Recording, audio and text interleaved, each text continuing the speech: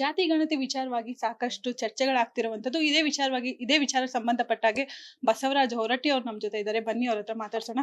Sir, ಮೊದಲಿಗೆ ರಾಜ್ಯದಲ್ಲಿ ಜಾತಿ ಗಣತಿ ವಿಚಾರ ಸಾಕಷ್ಟು ಚರ್ಚೆ ಆಗ್ತಿದ್ದಾವೆ. ನಿಮ್ಮ ಒಪಿನಿಯನ್ ಏನು ಸರ್?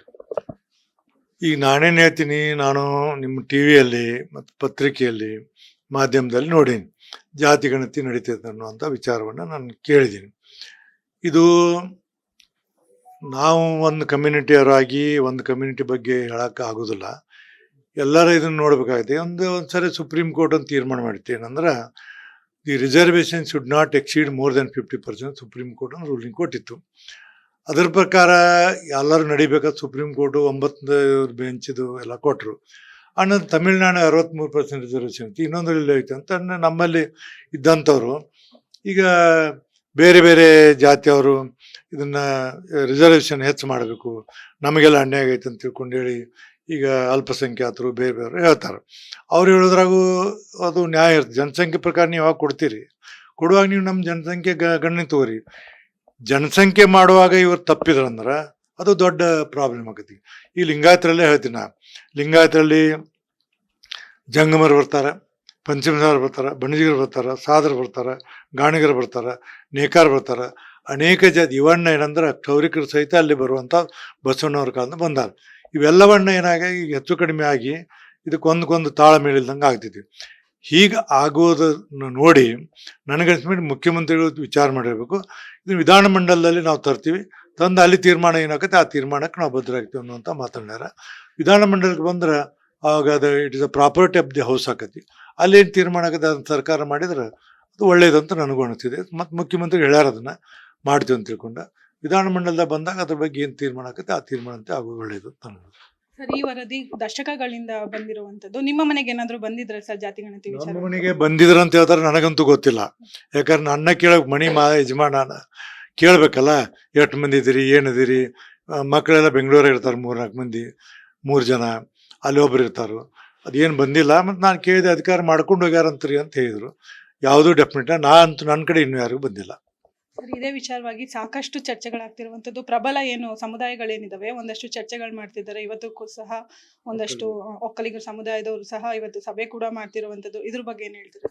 ನೋಡಮ್ಮ, ಎಲ್ಲಿವರೆಗೆ ನನಗೆ ಬೇಸರ ಭಾಳ ಆಗ್ತಿದೆ ಏನಂದ್ರೆ, ಎಲ್ಲಿವರೆಗೆ ಕಲ್ತವರು ಬುದ್ಧಿವಂತರು ಹೆಂಗೆ ಹೆಚ್ಚಾಕಾರ ಹಂಗೆ ಜಾತಿ ಹೆಚ್ಚಾಗಿಬಿಡುತ್ತೆ. ಮೊದಲು ಹಿಂಗಿರಲಿಲ್ಲ. ಮೊದಲು ನಾನು ಫಸ್ಟ್ ಎಲ್ಲ 1980 ಇಸ್ವಿಯಾಗಿ ಇಲ್ಲಿ ಬಂದೆ. ನಾನು ಫಸ್ಟ್ ಟೈಮ್ ಅವಾಗ ಯಾವ ಜಾತಿಯವರು ಏನಂತ ಯಾರು ಒಬ್ಬರು ಮಾತನ್ನು ತೆಗಿದ್ದಿಲ್ಲ, ಏನೂ ತೆಗಿದ್ದಿಲ್ಲ. ಕಲ್ತಂಥವ್ರು ಹೆಂಗೆ ಬುದ್ಧಿವಂತರು ಜಾಸ್ತಿ ಆಗಲ್ಲ, ಹಂಗಂಗೆ ಜಾತಿನೂ ಜಾಸ್ತಿ ಆಗೈತಿ. ಈ ವ್ಯವಸ್ಥೆಯಲ್ಲಿ ನಾವು ಏನು ಮಾತಾಡೋಕ್ಕೆ ಸಾಧ್ಯ ಇಲ್ಲ. ಈ ವ್ಯವಸ್ಥೆ ಬದಲಾಗಬೇಕು. ಮತ್ತು ಇದು ಏನಂದ್ರೆ ಎಲ್ಲರೂ ನಾವು ಹೇಳ್ತೀವಿ ಜಾತ್ಯತೀತ ರಾಷ್ಟ್ರ, ಜಾತ್ಯತೀತ. ಎಲ್ಲೈತಿ ಜಾತ್ಯತೀತ ರಾಷ್ಟ್ರ? ಮಾತು ಕಿವಿಯಲ್ಲಿ ಬಂದು ಕೇಳ್ತಾರೆ, ನಿಮ್ಮ ಸಬ್ ಕಾಸ್ಟ್ ಯಾವ್ದ್ರಿ ಅಂತೇಳಿ.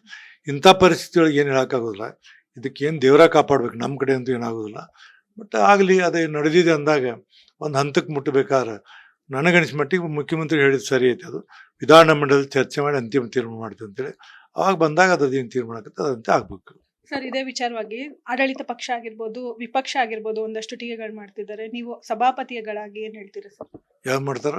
ಆಡಳಿತ ಪಕ್ಷ ಆಗಿರ್ಬೋದು, ವಿಪಕ್ಷಗಳಾಗಿರ್ಬೋದು ಒಂದಷ್ಟು ಟೀಕೆಗಳಾಗಿರ್ಬೋದು, ಒಂದಷ್ಟು ಅವ್ರವ್ರದೇ ಆದಂತ ಅನಿಸಿಕೆಗಳನ್ನ ವ್ಯಕ್ತಪಡಿಸ್ಕೊಳ್ತಿದ್ದಾರೆ. ನೀವು ಸಭಾಪತಿಗಳಾಗಿ ಏನ್ ಹೇಳ್ತೀರಾ? ಅವರವರ ಅನಿಸಿಕೆಗಳನ್ನು ಹೇಳಲಿಕ್ಕೆ ಎಲ್ಲರೂ ಸ್ವತಂತ್ರದಾರ. ನಾನು ಸಭಾಪತಿಯಾಗಿ ರಾಜಕೀಯ ಮಾತಾಡಂಗಿಲ್ಲ. ಬಟ್ ಇದು ಬಂದಾಗ ಎಲ್ಲರಿಗೂ ಜವಾಬ್ದಾರಿ. ಸಭಾಪತಿ ಇದ್ರೂ ಸಹಿತ ಹೇಳಬಾರದೇನಲ್ಲ, ನಾವು ಜವಾಬ್ದಾರಿ ಸ್ಥಾನದಾಗ ಇರ್ತೀವಿ, ಹೇಳಬೇಕಾಗ್ತಿದೆ. ಈಗ ಟೀಕೆ ಟಿಪ್ಪಣಿಗಳು ಕೆಲವರು ಸರಿ ಅಂತಾರೆ, ಕೆಲವರು ತಪ್ಪು ಅಂತಾರೆ. ಮತ್ತು ಚರ್ಚೆ ಆಗೋದು ಒಳ್ಳೇದು. ಸರಿ ಅಂದ್ರೂ ಸರಿ, ತಪ್ಪಂದ್ರೂ ಸರಿ. ತಪ್ಪಂದ್ರೆ ಯಾಕೆ ತಪ್ಪು ಅಂತ ಹೇಳ್ಬೇಕವ, ಸರಿ ಅಂದ್ರೆ ಯಾಕಂತ ಸರಿ ಹೇಳ್ಬೇಕ. ಇವನ್ನೆಲ್ಲ ಕ್ರೋಢೀಕರಿಸಿ ಒಂದು ಅಂತಿಮ ತೀರ್ಮಾನ ಮಾಡುವಾಗ ಸರ್ಕಾರ ಇದೆ, ಮಾಡಲಿ ಇಷ್ಟೇ. ಸರ್, ಇದೇ ವಿಚಾರವಾಗಿ ಜನಸಾಮಾನ್ಯರಲ್ಲಿ ತುಂಬಾ ಗೊಂದಲಗಳು ಮೂಡ್ಕೊಂಡಿದೆ. ಅದಕ್ಕೇನು ಹೇಳ್ತೀರಾ ಸರ್? ಜನಸಾಮಾನ್ಯರು ನೋಡಮ್ಮ, ಜನಸಾಮಾನ್ಯರನ್ನ ಹೇಳ್ದ್ನಲ್ಲ, ಜನಸಾಮಾನ್ಯರು ಸೊಸಬಲ್ ಕಲ್ತಂಥವ್ರು ಅವರೆಲ್ಲ ಇವರಲ್ಲ, ತೊಂದರೆ ಕೊಡೋರಲ್ಲ. ಏನು ಹೆಚ್ಚು ತೊಂದರೆ ಕೊಡೋದು ಅತಿ ಕಲ್ತಾರ, ಅತಿ ಬುದ್ಧಿವಂತರ ಇವರ ಮಾಡೋರು. ಜನಸಾಮಾನ್ಯರಿಗೆ ನಾ ಹೇಳ್ತೀವಿ, ನಾ ಹೇಳಿದ ನಂತರ ಹಂಗೆ ಹತ್ತಿರ ಬಿಡ್ರಿ ಅಂತಾರೆ. ಇವ್ರು ಹಂಗಿಲ್ಲ, ಯಾಕಾತು ಏನು ಅದು. ಇವು ಎಲ್ಲಿವರೆಗೆ ನಮ್ಮನ್ನು ನಾವು ತಿಳ್ಕೊಳ್ಳೋದಿಲ್ಲ. ಇದು ಮತ್ತು ಅಂತಿಮವಾಗಿ ಹೇಳ್ತೀನಿ ನಿಮಗೆ, ಈ ಜಾತಿ ವ್ಯವಸ್ಥೆನ ಭಾಳ ಕೆಟ್ಟ. ನೋಡಿ, ಅಲ್ಲಿ ನಾವು ಇದನ್ನು ಏನು ಫಸ್ಟ್ ಪಾರ್ಲಿಮೆಂಟ್ ಹಾಕಿವಿ, ಅಲ್ಲಿ ಹೆಣ್ಮಕ್ಳಿಗೆ ಸಮಾನ ಇದನ್ನು ಕೊಟ್ಟರು, ಎಲ್ಲರಿಗೂ ಸಮಾನ ಕೊಟ್ಟರು.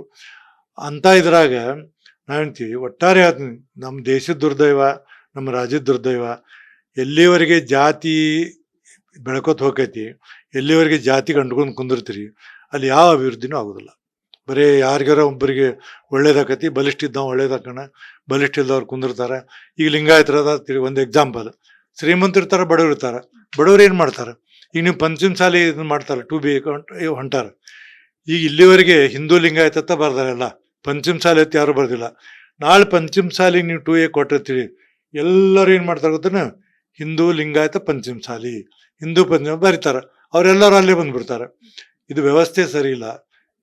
ಒಟ್ಟಾರೆ ನನ್ನ ಅಭಿಪ್ರಾಯ ಪರ್ಸನಲ್ ಅಂದ್ರೆ, ನಾವು ಎಲ್ಲಿವರೆಗೆ ಜಾತಿಗೆ ಅಂಟ್ಕೊಂಡು ಕೊಡ್ತೀವಿ ಅಲ್ಲಿವರೆಗೆ ಈ ದೇಶ ಉದ್ಧಾರ ಆಗೋಲ್ಲ ಅಂತ ನನ್ನ ಸ್ಪಷ್ಟ ಅಭಿಪ್ರಾಯ. ಇದಿಷ್ಟು ಹೊರಟ್ಟಿ ಅವರ ಮಾತಾಗಿತ್ತು. ಕ್ಯಾಮ್ರಾ ಪರ್ಸನ್ ಸೂರ್ಯಪ್ರಕಾಶ್ ಜೊತೆ ಐಶ್ವರ್ಯ, ಅಶ್ವೇಗ ನ್ಯೂಸ್, ಬೆಂಗಳೂರು.